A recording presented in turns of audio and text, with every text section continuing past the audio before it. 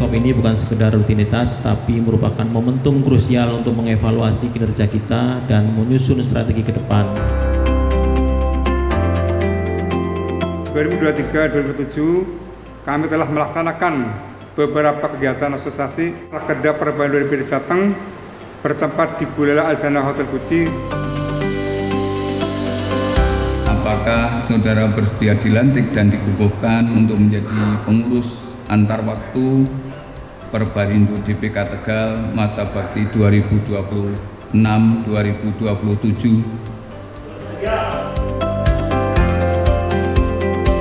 Bagi saya ini amanah yang besar karena bukan sekedar posisi organisasi, tapi tanggung jawab besar yang harus dijalankan dengan penuh integritas dan komitmen. NPL itu saya kira dari semua direksi yang hadir ini tidak ada juga yang kepengen punya NPL, Bu Nia. Apalagi kok sampai 2 digit. Jadi kalau PR hanya menurunkan membentuk pokja, NPL itu hanya bagian kecil daripada unsur bisnis BBL.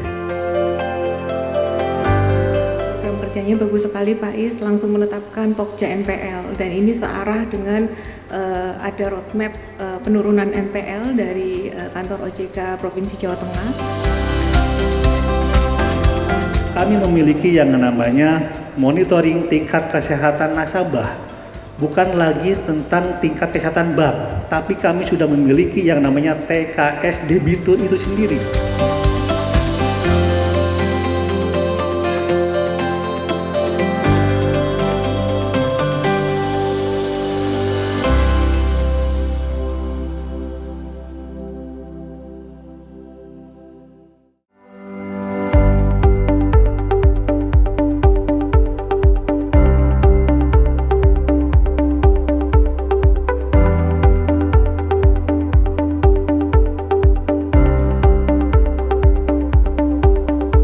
Pertama-tama marilah kita panjatkan puja dan puji syukur kehadirat Allah Subhanahu wa taala yang telah memberikan rahmat dan hidayahnya kepada kita semua sehingga dapat hadir dalam acara musyawarah komisariat pemilihan ketua dan pengurus Perbarindo DPK Tegal tahun 2026-2027.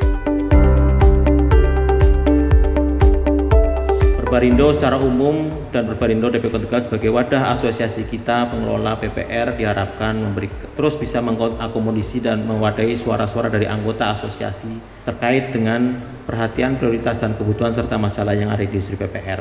Sebagaimana kita ketahui bersama bahwa pertanggal 5 Februari kemarin 2026 kemarin masa jabatan atau masa tugas dari Ketua Perbarindo DPK Tegal dalam hal ini Bapak Haji Kocin SHMM telah berakhir dan berarti sesuai dengan anggaran dasar kepengurusan beliau di dalam asosiasi Perbarindo dan untuk itu melalui forum Muskom dalam rangka pemilihan ketua baru dan pengurus kekosongan pengurus ini kita mengajak pada Bapak Ibu rekan-rekan anggota Perbarindo DPK Tegal yang hadir di sini untuk dapat memilih dan menetapkan calon ketua Perbarindo DPK Tegal yang baru agar asosiasi ini tetap berjalan dan menjadi wadah kita di dalam pengelolaan PPR.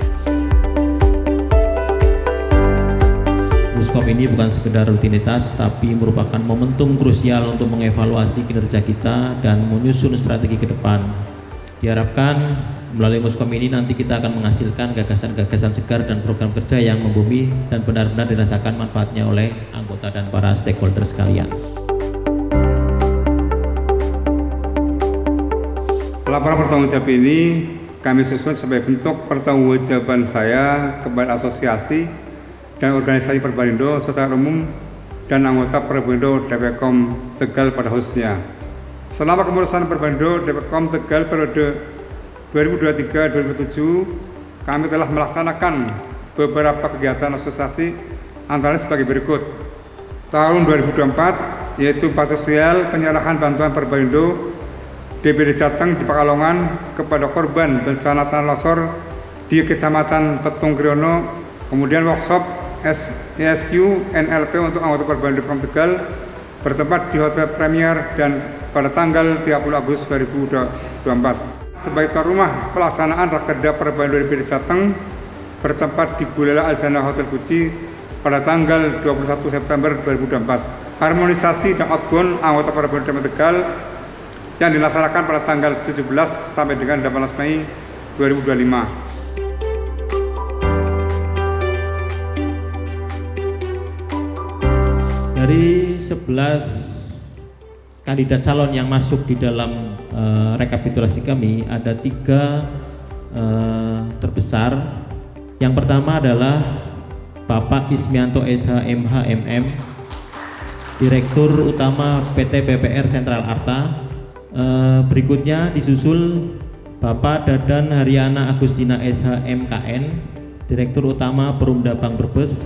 Dan yang ketiga Aji Wijayanto, saya sendiri, Direktur Utama PT PPR Rasmitra Ayu.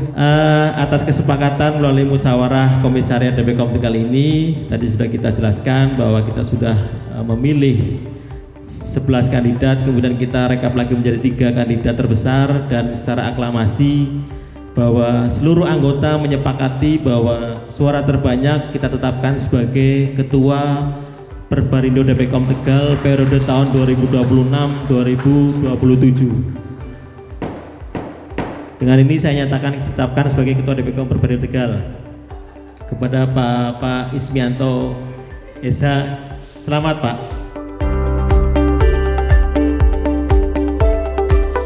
Apakah saudara bersedia dilantik dan dikukuhkan untuk menjadi pengurus antar waktu Perbarindo DPK Tegal masa bakti 2026-2027?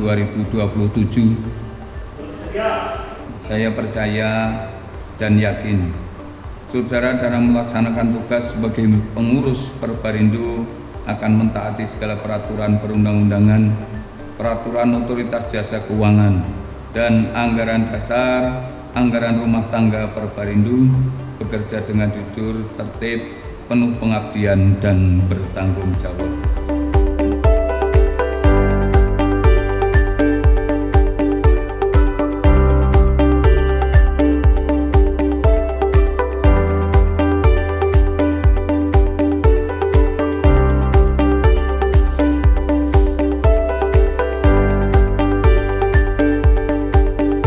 Pada kesempatan ini, izinkanlah saya menyampaikan rasa terima kasih yang sebesar-besarnya atas kepercayaan yang diberikan kepada saya untuk mengemban amanah sebagai Ketua Perbarindo DPK Tegal.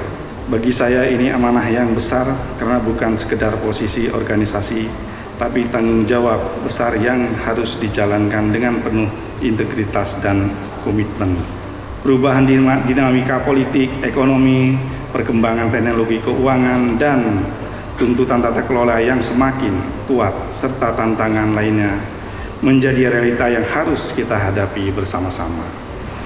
Sendiri mungkin bisa kita atasi, tapi dengan kebersamaan, kolaborasi, saya berkeyakinan masa depan PPRS akan semakin baik.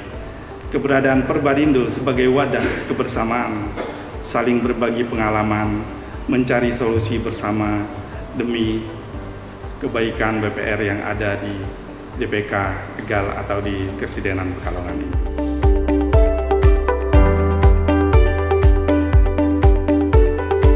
Muskomnya juga luar biasa.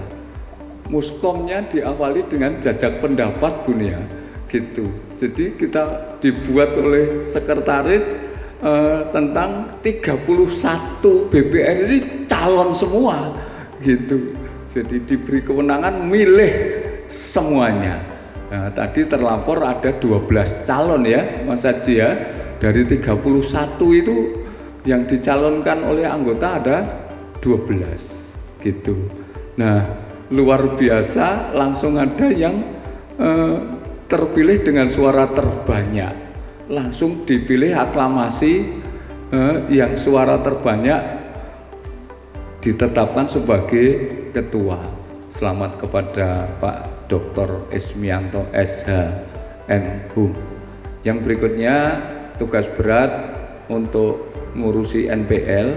Saya pikir nggak usah dianggap berat gitu, karena NPL itu saya kira dari semua direksi yang hadir ini nggak ada juga yang kepengen punya NPL Bunia, apalagi kok sampai 2 digit.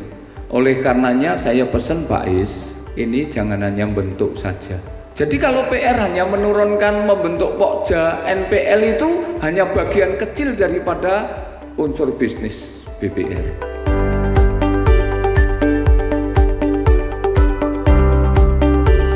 Harapannya setelah ini tadi kebetulan juga memang ada program kerjanya bagus sekali Pak Is, langsung menetapkan Pokja NPL, dan ini searah dengan ada roadmap penurunan NPL dari kantor OJK Provinsi Jawa Tengah, dan kemudian kami diskusikan di kantor OJK Tegal. Rasanya memang perlu duduk bersama-sama lagi gitu ya dengan Bapak Ibu sekalian. Kalau memang tadi Pak Dadi sampaikan kalau kita sakit kita ke dokter gitu ya. Terus kemudian kalau BPR sakit kemana? Ke OJK Pak. Ke OJK kita bersama-sama Pak. Kita bersama-sama duduk bersama gitu ya. Itulah fungsinya OJK gitu ya. Sebetulnya ngawasin itu kan saya sampaikan ke teman-teman bahwa pengawasan itu kan tidak hanya di pemeriksaan saja pada saat pemeriksaan, tapi bagaimana setiap bulan ada laporan rutin, laporan bulanan, kemudian hampir setiap hari juga saya ngeluarin surat cinta gitu ya. Itu tanda cinta tuh karena memang kita mau kita sehat bareng-bareng gitu Pak. Di sini rasanya momen yang sangat tepat untuk kita diskusikan bersama bahwa melalui Perbarindo lah kita mendiskusikan isu-isu strategis.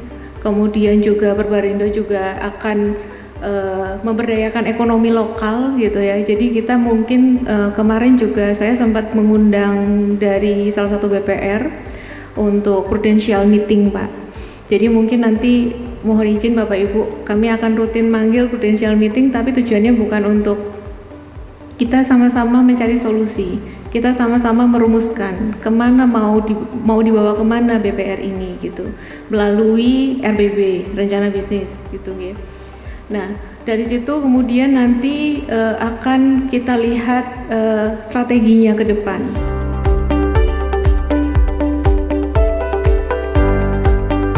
Teman-teman senior ya yang sudah punya pengalaman dalam penurunan NPL. Nah, ini tadi saya sampaikan ke Pak Ketua, pembandingnya adalah pertimbangan adalah di mana Bank Brebes alhamdulillah sampai saat ini penurunan NPL Bank Brebes end of year 2025 Bank Brebes NPL-nya 5,47%. Waktu itu kami ngurusin NPL di angka 19%. Alhamdulillah, ini karena pertimbangannya itu Kang Dadan untuk mengabdi terhadap Perbarindo di Tegal mengenai tentang NPL. Tapi saya yakin karena selama ini yang saya jalankan penanganan debitur bermasalah itu dengan sudah tahu polanya menyenangkan. Jadi kebiasaan nasabah itulah yang akan kita jaga. Karena intinya adalah nasabah bank kita adalah nasabah bank orang lain. Nasabah kita adalah nasabah bank lain. Makanya disinilah yang namanya monitoring dari sejak dini. Kami memiliki yang namanya monitoring tingkat kesehatan nasabah. Bukan lagi tentang tingkat kesehatan bank, tapi kami sudah memiliki yang namanya TKS debitur itu sendiri.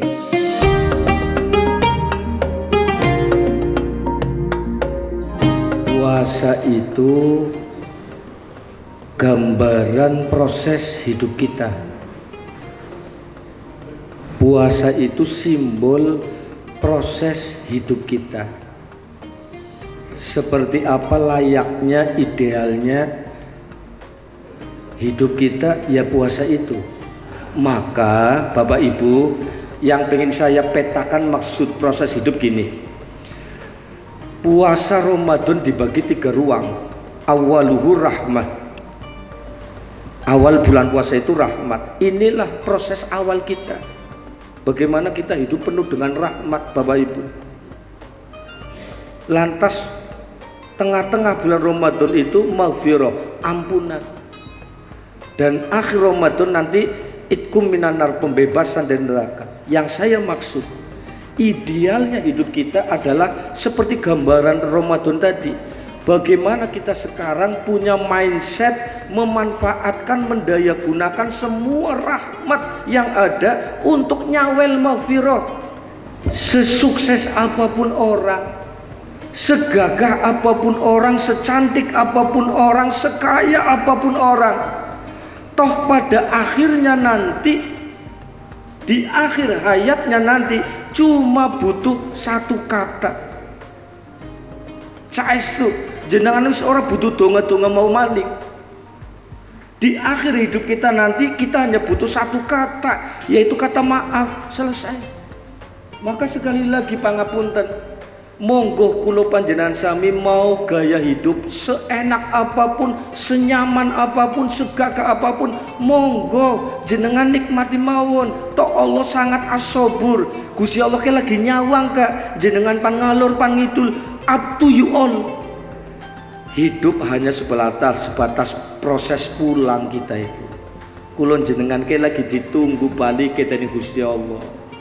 Lamun tah gelandangan aja kaduwen, lamun tah kesasar ya aja kesuwen, lamun tah giwar ya aja kelamaan lah. Gusti Allah lagi nunggu proses kulon jenengan menuju Idul Fitri.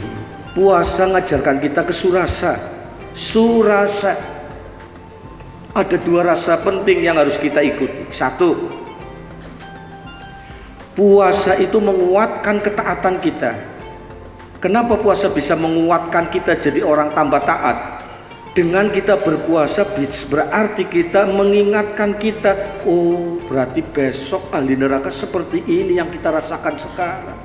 Lapar dan tidak ada makan lain kecuali pohon zakum. Saya pernah lihat di Taif pohon zakum penuh duri yang kalau dimakan hancur semua isi perut. Dan di neraka tidak ada makan lain kecuali pohon zakum. Maka dengan berpuasa mudah-mudahan taksirus sodakot memperbanyak kita, mendorong kita, memotivasi kita untuk berbagi dengan yang selama ini saudara kita yang kekurangan.